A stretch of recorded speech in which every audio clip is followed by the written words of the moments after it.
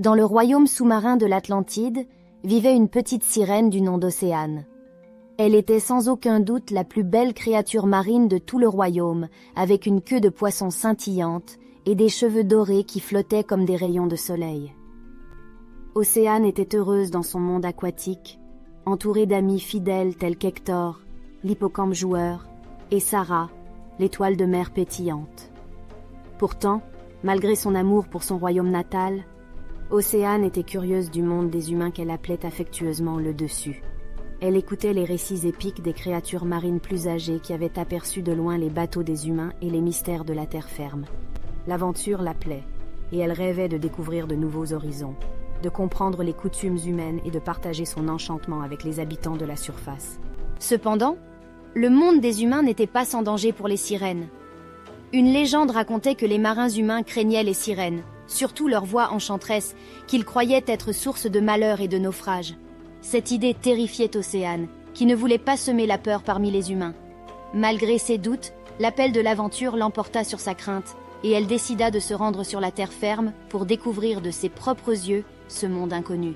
Un jour, tandis qu'elle explorait les eaux près de la côte, Océane entendit des cris de détresse. Un navire en détresse était en train de sombrer sous l'assaut d'une tempête furieuse. Elle savait qu'elle devait agir rapidement. Guidée par son instinct de sauvegarde, elle se hâta vers le navire en espérant pouvoir aider les naufragés. À son arrivée, Océane découvrit que les marins étaient terrifiés à la vue de sa magnifique queue de poisson et de ses cheveux flottants. Avant qu'elle ne puisse chanter pour les rassurer, ils la prirent pour une créature dangereuse et s'enfuirent en panique vers les embarcations de sauvetage. Attristée par cet échec, Océane décida de les aider autrement. Avec l'aide d'Hector, elle transporta les naufragés jusqu'à une île proche où ils seraient en sécurité. Au fur et à mesure qu'Océane se familiarisait avec les humains, elle commença à comprendre leur méfiance envers les créatures marines. Elle se cacha de leur vue pour éviter de susciter des frayeurs inutiles et décida de ne plus approcher les bateaux humains pour un certain temps. Néanmoins, l'aventure ne faisait que commencer. Océane fit la rencontre d'une jeune humaine du nom d'Isabelle, qui avait échoué sur la même île après le naufrage de son navire. Isabelle était différente des autres humains qu'Océane avait rencontrés auparavant. Elle était curieuse et ouverte d'esprit. Au lieu de craindre Océane, elle s'approcha avec un sourire chaleureux.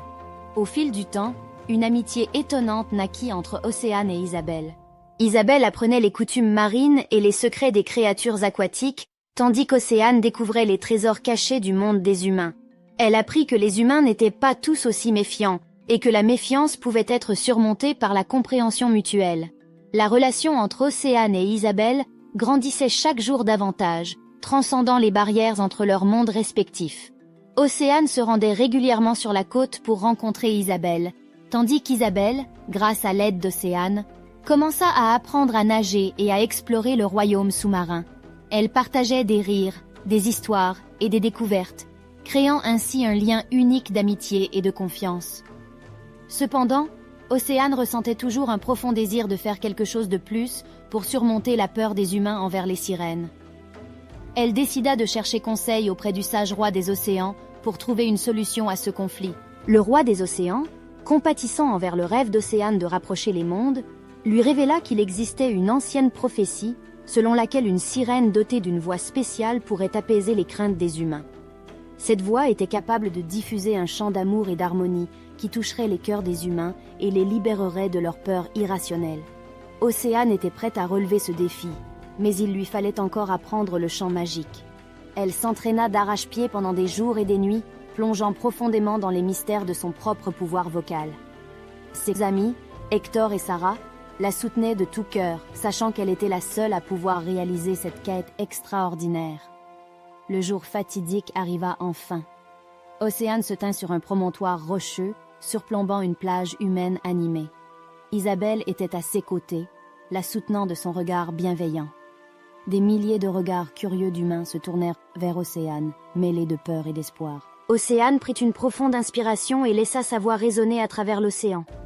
Ses mélodies étaient à la fois douces et puissantes, emportant les émotions de son cœur vers les cieux.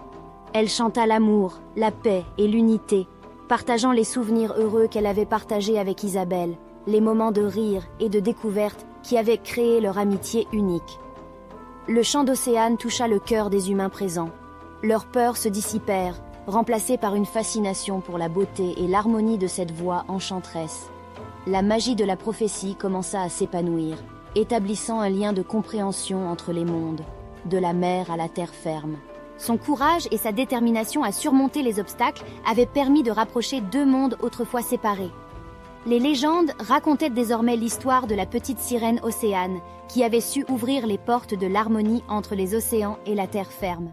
Et ainsi, l'amitié entre Océane et Isabelle prospéra au fil des ans, devenant un exemple éternel de la magie qui peut naître lorsque les cœurs s'ouvrent à la diversité et à l'amour. L'histoire d'Océane et d'Isabelle rappelle à tous que les différences peuvent être une source de richesse et de bonheur, et que l'unité et l'empathie peuvent surmonter toutes les peurs et les préjugés. Et à chaque coucher de soleil, Océane se tenait sur le promontoire rocheux, regardant l'horizon où le soleil plongeait dans l'océan, unissant symboliquement les mondes qui désormais coexistaient en parfaite harmonie.